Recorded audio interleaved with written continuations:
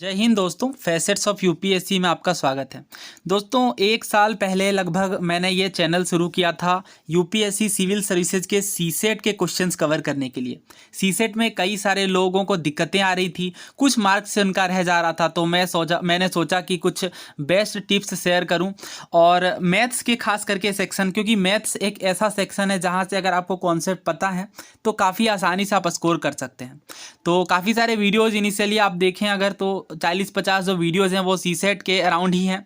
और बाद में फिर हमने इस सीरीज़ को ब्रेक कर दिया बिकॉज काफ़ी लोग सीरियस नहीं होते हैं, और फिर बाद में जब उन्हें 2-4 नंबरों से दिक्कतें आती हैं तब उन्हें बाद में रियलाइज़ होता है कि अगर रोज़ थोड़ा थोड़ा भी पढ़ लिया होता तो सही हो जाती चीज़ें। फिलहाल देखिए, इस वीडियो में हम सिविल सर्विसेज प्रीलिम्स 2019 के कुछ शानदार सवालों को डिस्कस करेंगे। कुछ कॉन्सेप्ट्स मैं आपको बताऊंगा जो आपको बहुत ज़्यादा हेल्प करने वाले हैं। देखिए, सीसेट के मैथ्स वाले सेक्शन में पैसेज पर हम अलग से बात करेंगे, उसके लिए आपको चिंता नहीं लेनी। उसके भी कुछ बेस्ट मेथड्स होते हैं जिन्हें अप्लाई करके आप आसानी से आंसर तक पहुंच सकते हैं। फिलहाल अगर मैथ्स वाले सवाल की बात करें, इसमें मैं रीजनिंग को भी शामिल कर लेता हूं। तो कुछ ऐसे टॉपिक है जहां से श्योर शॉर्ट क्वेश्चन आने हैं। जैसे देखिए, रीजनिंग की अगर हम बात करें तो सिलोजिज्म वाला टॉपिक है ना। कुछ गाय बिल्ली हैं, कुछ बिल्ली गाय हैं, ये वाला जो टॉपिक है सिलोजिज्म। अब ये जो टॉपिक है, अब जिन्होंने बैंकिंग एसएससीज इनकी तैयारी की होगी उनके लिए तो बहुत क्लियर होगा ये टॉपिक। बहुत सारे क्वेश्चन आते हैं हर पेपर में, तो वो मैं आपको सिखाऊंगा। इसके बाद देखिए, और भी कुछ टॉपिक हैं। जैसे अगर आप प्रीवियस ईयर क्वेश्चन देखेंगे तो इनमें आप पाएंगे कि एक इस तरीके का सवाल आता है जो रॉ वाला होता है। रॉ और कॉलम के अकॉर्डिंग अरेंज कर दिया जाता है और फिर आपसे पूछा जाता है। तो कई बार उसके बाद आपसे क्रम वाले सवाल आते हैं कि ये 6th नंबर पे है, इस लेफ्ट से राइट से 13 पे, तो पोजीशन बताइए, राइट। पोजीशन बेस्ड जो क्वेश्चन आते हैं, तो ये कुछ टॉपिक है। इसी तरीके से अगर आप मैथ्स वाले सेक्शन में देखें तो मैथ्स के अंदर जो दो तरीके के हैं, मैथ्स को 2 पार्ट में हम डिवाइड करते हैं। पहला एडवांस मैथ होता है और दूसरा एरिथमेटिक। तो सवाल है वो ज़्यादातर एरिथमेटिक के कॉन्सेप्ट से आते हैं जिनमें नंबर सिस्टम हमेशा डोमिनेट करता है। अगर नंबर सिस्टम पे आपकी अच्छी पकड़ है तो 3-4 से भी ज़्यादा 5 सवाल तक भी देखे गए हैं प्रीवियस ईयर क्वेश्चन में। दूसरा, अगर सबसे इंपॉर्टेंट टॉपिक मैं आपको बताऊं तो परमुटेशन एंड कॉम्बिनेशन वाला टॉपिक बहुत ज़्यादा इंपॉर्टेंट है। ये 11th क्लास की एनसीईआरटी में है। मैंने कुछ सेक्शन पढ़ाया भी है। आई थिंक 10-15 सवाल मैंने आपको कराए हैं कॉन्सेप्ट के साथ। तो आप सीसेट की प्लेलिस्ट में देखें, मैं लिंक में डाल दे रहा हूँ डिस्क्रिप्शन बॉक्स में। और इसके अलावा अगला टॉपिक जो है वो परसेंटेज है। परसेंटेज से बहुत ज़्यादा क्वेश्चन आते हैं। एटलीस्ट आप 4 से 5 सवाल एक्सपेक्ट कर सकते हैं, घुमा फिरा करके आएंगे। और परसेंटेज जब मैं कह रहा हूँ तो इसी के अंदर प्रॉफिट एंड लॉस, डिस्काउंट, ये सारे टॉपिक शामिल करके कह रहा हूँ, ठीक है। तो ये अपने आप में काफ़ी ब्रॉड टॉपिक हो जाता है, इसे आपको अच्छे से प्रिपेयर करना है। वर्बली मैं आपको कुछ सवाल यहाँ पे करके दिखाऊंगा, तो उन सवालों को आपको स्किप नहीं करना है। इसके बाद कुछ और कॉन्सेप्ट्स हैं, जैसे रेशियो एंड प्रोपोर्शन से मैं देखता हूँ काफ़ी सारे सवाल आते हैं, राइट। इसके अलावा एवरेज काफ़ी इंपॉर्टेंट टॉपिक है। एवरेज में भी एक एवरेज का कॉन्सेप्ट है जिसमें किसी संख्या को गलत, जैसे 53 को 33 गलती से शामिल कर लिया गया, तो एवरेज पे क्या चेंजेस आएंगे, इस तरीके के क्वेश्चन भी हम देखेंगे। तो वीडियो हो सकती है थोड़ी लंबी हो, आप पेशेंस बना करके रखें, बहुत सारी चीज़ें मैं यहाँ पे आपको सिखाने वाला हूँ। तो ये पैसेजेस हैं मैथ्स के सवाल। अगर हम देखें तो ये 9th से शुरू होते हैं। देखिए, ये 9th वाला सवाल देखिए, सीसेट के पेपर में सबसे ज़रूरी बात यह है कि आपको डिसाइड करना होगा कि कौन सा सवाल आपको पहले करना है। देखिए, यहाँ पे ऑब्वियसली जो मेरिट है वो कट ऑफ के बेसिस पे नहीं बल्कि केवल क्वालिफाइंग मार्क्स के बेसिस पे है। तो इस बात का आप ध्यान रखें। सभी सवालों को अगर आप करने का प्रयास करेंगे तो काफ़ी सारा वक्त चला जाएगा। तो ऐसे सवाल जो स्टार्टिंग में आपको दिख रहे हैं, the number of times the digit 5 will appear while writing the integer from 1 to 100। पहली चीज़ तो ये कि 1 से 1000 तक लिख करके आपको ये नहीं चेक करना 5 कितना है। दूसरी चीज़ ये, अगर आप इसमें कोई तिगड़म भी लगाएं, जैसे 5 लिखें फिर ऑब्वियसली 15, 25, इस तरीके से भी अगर आप चेक करेंगे तो भी काफ़ी सारा वक्त, एटलीस्ट 3 से 4 मिनट जाने वाला है। अगर आपने अच्छी प्रैक्टिस कर रखी है तो 1.5 से 2 मिनट। तो ऐसे सवाल मैं देखते ही स्किप करूंगा, बिकॉज ये स्किप करने के लिए है इनिशियली। बाद में अगर आपके पास टाइम बचा तो दोबारा विजिट करें। तो यहाँ पे भी मैं स्किप कर रहा हूँ। हालांकि ये सारे सवाल मैं आपको करवा दूंगा, बट फिलहाल हम उन्हीं सवालों को करेंगे जो रियल एग्जाम में आप सबसे पहले करने वाले हैं, ठीक है। इनकी भी बेस्ट अप्रोच मैं जल्द ही शेयर करूंगा। देखिए, ये क्वेश्चन काफ़ी आसान है। ऐसे क्वेश्चन आपको दिखेंगे रियल एग्जाम में भी। A and B are 2 heavy steel blocks. तो ए और बी 2 स्टील ब्लॉक्स की बात की जा रही है। अगर बी को ए के ऊपर रखा जाता है तो जो इनका वजन है ये 60% बढ़ जाएगा। आगे ये कहा जा रहा है कि how much weight will reduce with respect to the total weight of A and B, यानी ए और बी के टोटल वेट के रेस्पेक्ट में कितना वजन घटेगा अगर बी को ए से हटाया जा रहा है। तो आपके मन में ये सवाल आएगा कि अगर ए के ऊपर बी को डाल रहे हैं तो 160 बढ़ रहा है, यानी 60% बेसिकली इंक्रीज हो रहा है, तो जब बी को ए से हटाएंगे तो भी तो 60% ही घटेगा ना। बट ये बिल्कुल गलत कॉन्सेप्ट है। तो बिल्कुल कई लोग यहाँ पे 60% मार्क करेंगे, तो ये मैं आपको पूरा सिखा देता हूँ ऐसा क्यों होता है। यहाँ पे जो ये लाइन है ना, with respect to the total weight of A and B, यही सारा कमाल करेगी। तो यहाँ पे हम लेट कर लेते हैं कि जो ए की सैलरी है वो बी की सैलरी से 50% कम है। तो अगर हम इसे इस तरीके से माने, मान लीजिए बी की सैलरी 50 है, तो 50% कम का मतलब क्या है कि ए की सैलरी कितनी हुई, अगर बी की 100 है तो ए की कितनी हुई, 50% कम, यानी 50 है। तो मेरा सवाल ये है कि फिर ये बताइए कि बी की सैलरी ए की सैलरी से कितनी ज़्यादा है। अब आप सोच सकते हैं कि ये तो वही बात हुई ना, वही बात नहीं है। देखिए 50 तो ज़्यादा है, बट अब हम यहाँ पे किससे कंपैरिजन करने लग रहे हैं?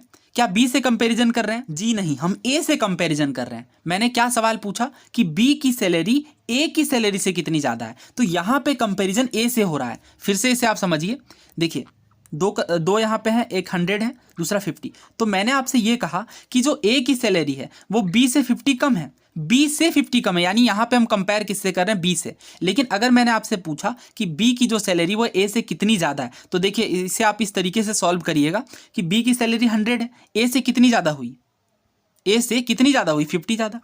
किससे? ए से। अब की बारी आपने किससे कंपेयर किया, ए से, यानी 50 से। जिससे भी कंपेयर करेंगे उसे आप बेस में रखिए, डिनोमिनेटर जिसे कहते हैं, इंटू 100%। ये कितना आया, 100%, यानी बी की सैलरी ए से कितनी ज़्यादा है, 100%। तो एक और एग्जांपल लेता हूं मैं ताकि आपको बिल्कुल अच्छे से क्लियर हो जाए। देखिए मान लेते हैं दो नंबर हैं ए और बी, और कंडीशन कुछ इस तरीके से है, ध्यान से समझिएगा। कंडीशन कुछ इस तरीके से है कि जो बी है ये ए से 20% बड़ी है, 20% ज़्यादा है। तो फिर ये बताइए कि फिर ए बी से कितनी % छोटी है। ठीक है, ये है सवाल। तो इसे मैं लिख देता हूं, अगर ये 100 है और ये 20% बड़ी है, इसका क्या मतलब है, ये 120 है। ठीक है, अब मेरा सवाल ध्यान से सुनिएगा कि ए जो है ये बी से कितनी % छोटी है। तो यहां पे नंबर में कितनी छोटी है, 20। किससे हम कंपेयर कर रहे हैं, बी से कितनी छोटी है, सवाल ध्यान से समझिएगा। तो नीचे में किसे लिखेंगे, बी को, इंटू 100। जब भी % निकालना रहता है फ्रैक्शन से तो इंटू 100 करते हैं। अब इसे आप कट कर लीजिए, 2 6 12, 1/6 का फ्रैक्शनल वैल्यू कितनी होती है, 16, 2/3, यानी 16 सही 2/3%, यानी 16.67% बेसिकली छोटी है। तो यहाँ पे ये 20% बड़ी है, लेकिन ये 16.67% छोटी है। तो यही जो कॉन्सेप्ट है ये अप्लाई होते हैं इस तरीके के कंपैरिजन बेस्ड परसेंटेज में। तो ध्यान रखिएगा, आप खुद से बहुत सारे एग्जाम्पल इमेजिन कर सकते हैं। चलिए मैं आपको एक सवाल देता हूँ होमवर्क के रूप में, इसे आप खुद से ट्राई करिए, कॉमेंट बॉक्स में भी आप आंसर बता सकते हैं।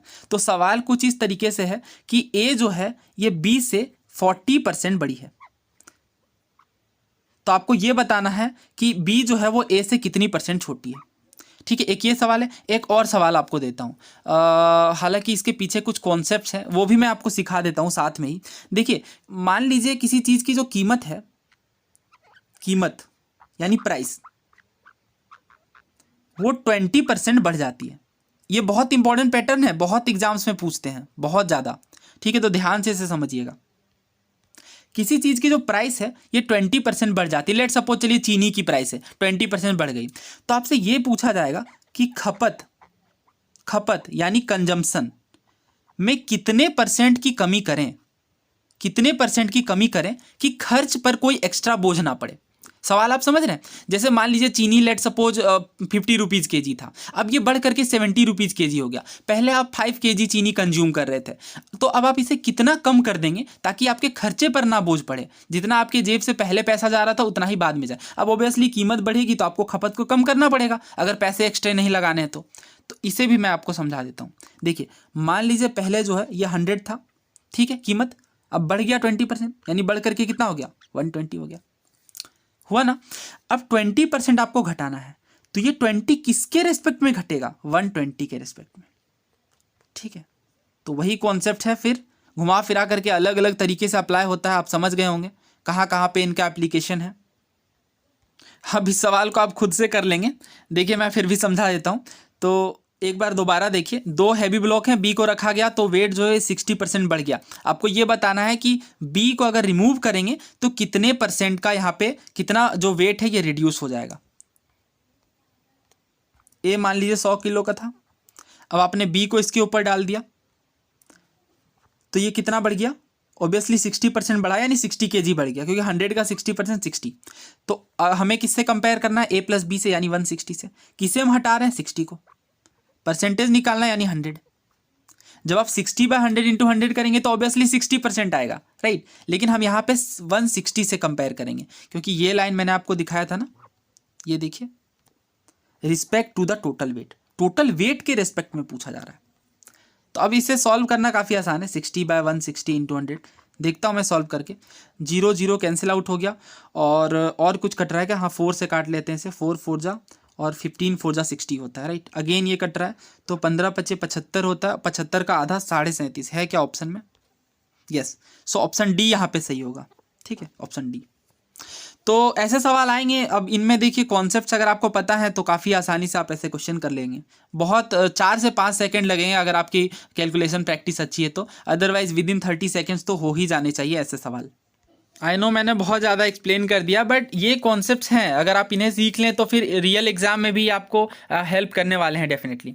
अगला सवाल देखिए, when a runner was crossing the 12 kilometre mark she was inform that she had completed only 80% of the race, how many kilometres was the runner supposed to run in this event. अब अगर आपने practice कर ली है तो ऐसे सवाल आप with in seconds कर सकते हैं, और कैसे वो मैं आपको दिखाता हूँ। पहले आप एक छोटे से सवाल का आंसर करिए। मान लीजिए आप दुकान जाते हैं और किसी ने 7 चॉकलेट्स खरीदे हैं और उसने 14 रुपीज़ पे किए हैं।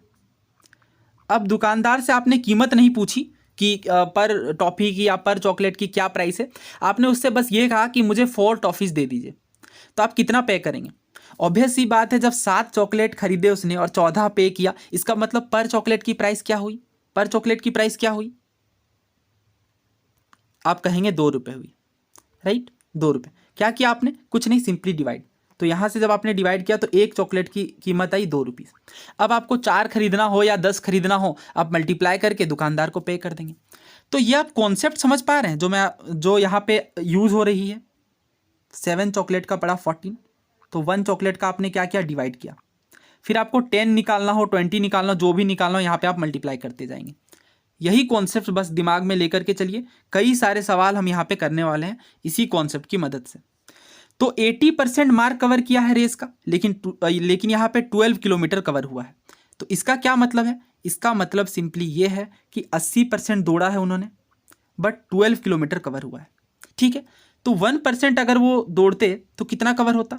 आप कहेंगे वही चॉकलेट वाला कॉन्सेप्ट है, यहाँ पे डिवाइड करना है। लेकिन हमें 1% नहीं कवर करना ना, हमें 100% यानी पूरा रेस कवर करना है। तो पूरा रेस कवर करना है यानी 100 से मल्टीप्लाई, कट कर लीजिए।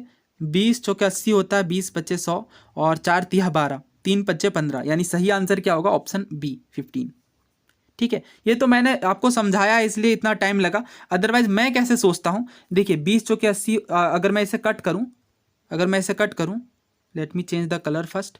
अगर मैं इसे कट करूँ तो देखिए 4 से कट होगा 20 टाइम्स, 4 3 जा 12, यानी 20% की वैल्यू कितनी, 3। लेकिन हमें तो 100% की वैल्यू चाहिए, यानी इसका 5 गुना चाहिए। तो 3 का 5 गुना क्या होता है? 15। तो ये होती है रियल अप्रोच एग्जाम में करने की। अब ऐसा सवाल ऐसा नहीं है कि 2019 के पेपर में आए हैं, हर साल आपको हर सीसेट के पेपर में इस तरीके के क्वेश्चन देखने को मिलेंगे ही। इसी पेपर में अगला सवाल देख लीजिए। राजू नाम के पर्सन है, इनके पास 9,000 रुपये हैं और ये एक मोबाइल ख़रीदना चाहते हैं।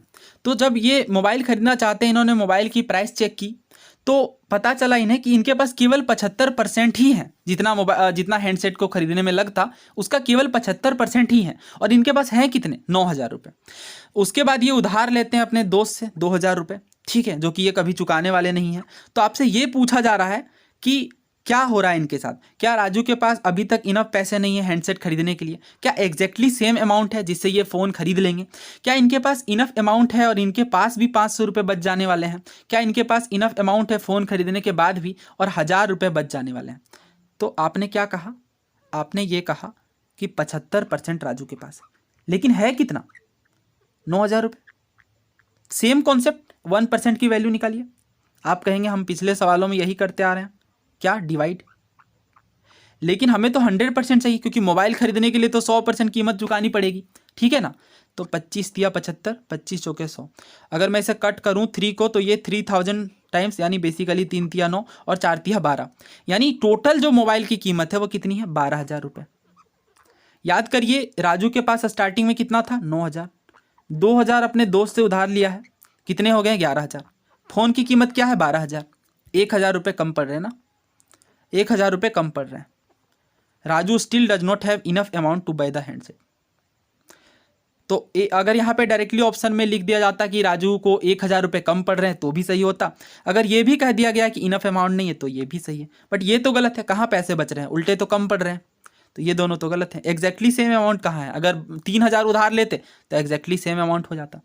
तो अब ये सिंपल अप्रोच है, तरीके बहुत सारे हैं, बट एक्स वगैरह लगा करके ऐसे सवालों को कभी भी सॉल्व ना करने की कोशिश करें। 100% या जो बेसिक मेथड है उन्हें ही अप्लाई करें। बेसिक मेथड के कैलकुलेशन को ही इतना फास्ट करने की ऐसे सवाल आप बिल्कुल आसानी से कर ले जाएं। ये सवाल देखिए 34 number. In an exam A has scored 20 marks more than B, यानी 2 पर्सन है ए और बी। ए जो है ये 20 नंबर ज़्यादा लेकर के आता है बी से। कभी भी ऐसे मत लिखिए बी एक्स है ए एक्स प्लस 20 है, बिल्कुल गलत तरीका है।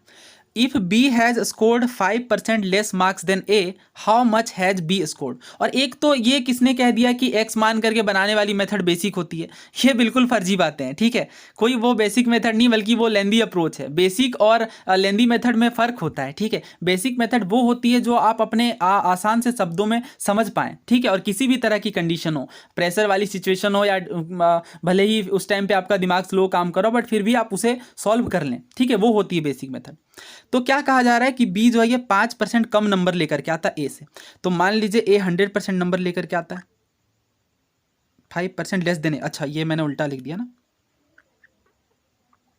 5% कम लेकर के आता है, यानी ये 100% अगर लेकर के आता है ए, तो बी कितना लेकर के आता है, आप बोलेंगे 95%। आगे पढ़िए, कहा जा रहा है कि how much has B scored, यानी इस 95 की वैल्यू आपको बतानी है। तो ये परसेंट में कितना कम लेकर के आ रहा है, आप बोलेंगे 5% कम ला रहा है। लेकिन मार्क्स कितना कम लेकर के आ रहा है, 20 नंबर, यानी 5% की वैल्यू क्या है, 20। आप इस बात को दोबारा समझिए, ए 100% स्कोर कर रहा है, बी 95 स्कोर कर रहा है। इसका मतलब है कि बी जो है वो ए से 5% कम स्कोर कर रहा है। लेकिन ये नंबर में कितना स्कोर कर रहा है, ए जो है वो कितना नंबर ज़्यादा स्कोर कर रहा है, 20 नंबर ज़्यादा करने का स्कोर करने का मतलब ये 5% की जो गैप है, क्योंकि 5% ये कम है, ये 5% ज़्यादा है, इसका मतलब यही 5% की जो वैल्यू है ये 20 है, ठीक है। तो 1% की वैल्यू क्या होगी, आप बोलेंगे 5 से कट करिए। पिछले हमने सभी कॉन्सेप्ट में यही तो किया है, 5% की वैल्यू 20 है। या फिर आप डायरेक्टली इसे मेंटली अगर आप सोचना चाहें तो इसे ऐसे सोचिए कि 100% यानी 20 टाइम्स, इधर भी 20 टाइम्स कर लीजिए, कितना होगा 400 कौन लेकर के आ रहा है, ध्यान रखिए कौन लेकर के आ रहा है, बी जो है वो 5% कम लेकर के आ रहा है ना। यानी इसे हमने 100 माना था, इसे 95, यानी जो ए की वैल्यू है, ए की जो वैल्यू, क्योंकि 100% तो यही है ए 400, बी जो है ये 20 कम है, 20 नंबर कम है, यानी ए यानी बी कितना है 380, ए कितना है, ए का अगर पूछती तो क्या होता 400 होता। गलती नहीं करनी है एग्जाम में, बहुत दुख होगा जब आप पूरा सॉल्व कर लेंगे और लास्ट में 400 मार्क कर देंगे हड़बड़ी में, तो ठीक है। क्यों, क्योंकि ए जो है ये 20 मार्क्स ज़्यादा स्कोर कर रहा है ना, तो इस वजह से बी जो है ये 20 नंबर कम स्कोर कर रहा है। तो सही आंसर यहाँ पे ऑप्शन बी है। तरीके हजार हैं ऐसे सवालों को करने के। जैसे अगर इसे मैं मेंटली सोचूं तो देखिए ए 20 मार्क्स ज़्यादा स्कोर कर रहा है, लेकिन यहाँ पे 5% कम स्कोर करने की बात की गई है, तो वही बात है, फिर 5% की वैल्यू 20 है। अब 5% जैसे ही मैं 20 देखूंगा मैं समझ जाऊंगा कि 100% की वैल्यू 400 होगी, यानी ए जो है ये 400 स्कोर कर रहा है, बी 20 कम स्कोर कर रहा है, यानी 380 स्कोर कर रहा है। Option B is correct. Next question देखिए परसेंटेज से कई सारे सवाल आते हैं, यहाँ पे भी इसे परसेंटेज की कैटेगरी में ही रख सकते हैं। यहाँ पे जो कॉन्सेप्ट यूज होगा वो डिस्काउंट का है, तो डिस्काउंट में भी उसके अंदर भी आपको सक्सेसिव डिस्काउंट पढ़ना है, और भी कई तरीके के कॉन्सेप्ट हैं जिन्हें हम नेक्स्ट क्लास में ऑब्वियसली डिस्कस करेंगे। फिलहाल आप इस क्वेश्चन को देखिए, राकेश के पास इतने पैसे हैं जिससे वो 8 मोबाइल हैंडसेट खरीद सकता है किसी स्पेसिफिक कंपनी का। रिटेलर यहाँ पे ऑफर कर रहा है काफ़ी अच्छा डिस्काउंट, और राकेश उसी पैसे से 10 मोबाइल हैंडसेट खरीद सकता है। कितना % डिस्काउंट ऑफर किया गया। तो इन चीज़ों में देखिए, अगर आप किसी भी तरीके का प्रॉफिट लॉस या कुछ भी कैलकुलेट करते हैं तो वो कोई पॉइंट ऑफ व्यू होता है यानी अपने अकॉर्डिंग। जैसे मान लीजिए अगर हम प्रॉफिट देख रहे हैं तो प्रॉफिट परसेंट क्या होता है, प्रॉफिट बाय सीपी इंटू 100 होता है। बाय में सीपी ही क्यों लगाते हैं, क्योंकि इसी कीमत पर आप चीज़ें खरीद के ला रहे हो। अगर आप 100 में खरीद के ला रहे हो, 20 का फायदा लगा रहे हो, तो ये जो फायदा हुआ है इसे आप 100 से कंपेयर करोगे ना। लास्ट वाले सवाल में याद करिए, लास्ट वाले कॉन्सेप्ट में मैंने आपको क्या सिखाया कि जिस चीज़ से आप कंपेयर करते हो उसे ही डिनोमिनेटर में रखते हो। और यही रीज़न था कि जब ए जो है ये बी से 50 अगर कम है, तो अगर बी से ये 50 कम है तो परसेंटेज में अगर हम देखते थे तो 50/100 लिख रहे थे। क्यों? क्योंकि कंपैरिजन हो रहा है किसके साथ, बी के साथ। अगर ए के साथ कंपैरिजन करोगे तब तो ऑब्वियसली यहाँ पे 50% ही आना है, लेकिन जैसे ही बी से कंपेयर करोगे तो ये 1/3 यानी 33% हो जाना है। तो इस तरीके से कॉन्सेप्ट चेंज होगा, किसके रिस्पेक्ट में आप चीज़ें देख रहे हो। I hope I do make sense in this concept. तो यहाँ पे भी आपको यही समझना है कि आप किससे कंपेयर कर रहे हो। तो ऑब्वियसली किससे कंपेयर करोगे, 10 मोबाइल हैंडसेट से। क्यों? क्योंकि दुकानदार के दुकान से 10 मोबाइल जा रही हैं और वो कितना डिस्काउंट दे रहा है। डिस्काउंट परसेंट का मतलब क्या है, कितनी चीज़ें डिस्काउंट में दे रहा है। तो 2 दे रहा है, टोटल किस में से, 10 में से। अगर आप इतना कर लोगे तो ऑब्वियस सी बात है 20% आएगा। ठीक है, तो इतना परसेंट रिटेलर ऑफर कर रहा है, 20%। तो अगेन आप इसे समझ लीजिए। अगर आपको नहीं समझ में आई है ये कॉन्सेप्ट तो एक एग्जाम्पल से समझाता हूँ। अक्सर साबुन वगैरह में आपने देखा होगा, सोप्स वगैरह में, कि बाय 3 गेट 5 इस तरीके के ऑफर होते हैं। तो असल में कितना परसेंट ऑफर मिलता है ये चेक करते हैं। तो आप कहेंगे कि हमें दो यहाँ पे चीज़ें हैं उसका फ़ायदा हो रहा है। लेट सपोज ये सोप्स हैं, तो 2 सोप का फायदा हो रहा है। कितने पे? क्या 3 पे? नहीं, 5 पे। क्योंकि दुकानदार के दुकान से तो 5 चीज़ें निकल रही है ना। तो टोटल ये कितना निकल करके आ रहा है, 5, क्योंकि वो आपको 5 सामान दे रहा है। तो जो डिस्काउंट परसेंट आएगा वो आप 5 से कंपेयर करोगे। बस ये कंपैरिजन वाली बात आपको क्लियर है तो फिर कोई दिक्कत नहीं आएगी। 2/3 आप नहीं करोगे। क्यों? क्योंकि कंपैरिजन 5 के साथ हो रहा है। यहाँ से तो फिर काफ़ी आसान है। तो असल में ये 40% का आपको डिस्काउंट दे रहा है। आई होप अब आप ऐसे सवालों में गलतियाँ नहीं करोगे बिल्कुल भी। तो सही आंसर हमने क्या कैलकुलेट किया था इसमें, 8 का 10 यानी 2/10 ना। 2/10 का मतलब 20% होता है। ऑप्शन बी सही है। ठीक है, 20%। ये लास्ट क्वेश्चन करते हैं, फिर नेक्स्ट क्लास में बात करेंगे। जैसा आपका रिस्पॉन्स आएगा कमेंट में, आप जिस तरीके से कहेंगे उसी तरीके से हम प्रोसीड करेंगे। देखिए 100 स्टूडेंट है, उनका एवरेज मार्क कितना है, 40। बाद में ये पता चला कि एक स्टूडेंट का जो मार्क्स है वो 53 पढ़ने की बजाय 83 पढ़ लिया गया। तो करेक्टेड मीन मार्क्स कितना था। अब इस तरीके के सवाल सॉल्व करने के कई सारे तरीके हैं, है ना। एक तो तरीका ये है कि आप टोटल मार्क्स पता कर लें। टोटल मार्क्स का मतलब क्या है, एवरेज मार्क्स इनटू टोटल कितने नंबर ऑफ स्टूडेंट हैं। टोटल 4000 मार्क्स हुए, राइट। जिनमें से 53 पढ़ना था तो 53 से फिर आप मल्टीप्लाई करोगे, फिर 83 से चेक करोगे। लेकिन ये तरीका ये है आम जिंदगी। मेंटोस जिंदगी क्या है, 53 पढ़ना था लेकिन कितना पढ़ लिया, 83। कितना ज़्यादा पढ़ लिया, आप कहेंगे 30 ज़्यादा पढ़ लिया। एवरेज का मतलब क्या होता है, सारी चीज़ें बराबर बट गई। तो ये जो 30 नंबर है ये 100 बच्चों में बराबर बट गया, है ना। 100 बच्चों में बराबर बट गया। तो ये प्लस मैं इसलिए लिख रहा हूँ क्योंकि 30 हमने ज़्यादा पढ़ा है। 30 अगर हम कम पढ़ते तो सभी में घट जाता ना मार्क्स। तो ये कितना बढ़ा, 0.3। 0.3 मार्क्स सभी में बढ़ गया और बढ़ करके कितना हो गया, बढ़ करके हो गया 40। तो पहले कितना रहा होगा, पहले रहा होगा इससे 0.3 कम, यानी 39.7 रहा होगा। ऑप्शन बी सही है। समझ में आ गया ना। मैं दोबारा रिपीट करता हूँ। देखिए 53 था लेकिन 83 पढ़ लिया गया, 30 ज़्यादा पढ़ लिया गया। कितने बच्चों में, 100 बच्चों में। और 30 ज़्यादा पढ़ने के बाद भी एवरेज कितना दिख रहा है, 40 दिख रहा है। तो असल में ये कुछ कम रहा होगा। कितना कम रहा होगा, तो 30 जो एक्स्ट्रा मार्क्स हैं ये 100 बच्चों में बराबर बट गए होंगे और बटने के बाद ये 40 दिख रहे होंगे। तो एक बच्चे पे कितना बढ़ा होगा, क्योंकि एक बच्चे का ही जो मार्क्स यहाँ पे निकल करके आ रहा है वही एवरेज मार्क्स है। कितना है, 0.3। 0.3 बढ़ने के बाद अगर ये 40 है तो खुद से सवाल पूछिए कितना होगा, 39.7। पॉइंट वाले घटाओं में तो दिक्कतें नहीं आती है ना। 40 में जैसे अगर आप यहाँ पे घटाओगे 0.3 को तो 10 में 3 जाएगा 7 और ये 9 में 0 9। ठीक है, कई लोगों के मैथ छूट जाने के बाद थोड़ी दिक्कतें आती हैं। ठीक है, इसलिए ये मत सोचिए कि इतनी आसान चीज़ें मैं क्यों एक्सप्लेन कर रहा हूँ, बिकॉज छोटी छोटी चीज़ें हैं जो दिमाग से उतर जाती हैं। ऑप्शन बी यहाँ पे सही है। तो अगर आपको मेरे समझाने के तरीके से कोई फ़ायदा हुआ होगा तो मैं सारे मैथ के सवाल एक्सप्लेन कर दूंगा इसी वे में। आप कमेंट बॉक्स में बस लिख दीजिए मुझे ये सीरीज़ कंटिन्यू करनी चाहिए या नहीं। और मिलते हैं जल्दी नेक्स्ट वीडियो में। प्लेलिस्ट ज़रूर चेक करिए, कई सारे रिसेंट के यूपीएससी के पेपर हम वहाँ पे कवर कर रहे हैं। Thank you.